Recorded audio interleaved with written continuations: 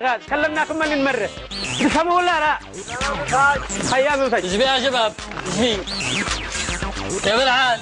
الحمد لله. يرحمك الله. بوغاز ما فيش ولا اسطوانة. اسطوانة سيدي ولا دي في دي؟ بس يا شباب من غير نكات. يا جماعة حرام ما معنا دبة. ما انا من قال لك ان انا شي دبة، انا شي ثلاث. يا عبد الحلو ما فيش معانا غاز. رجعنا نمسك طابر من جيز الناس لما يجي الغاز. وهو باهن. هذا لا فارغات. سلم العمال.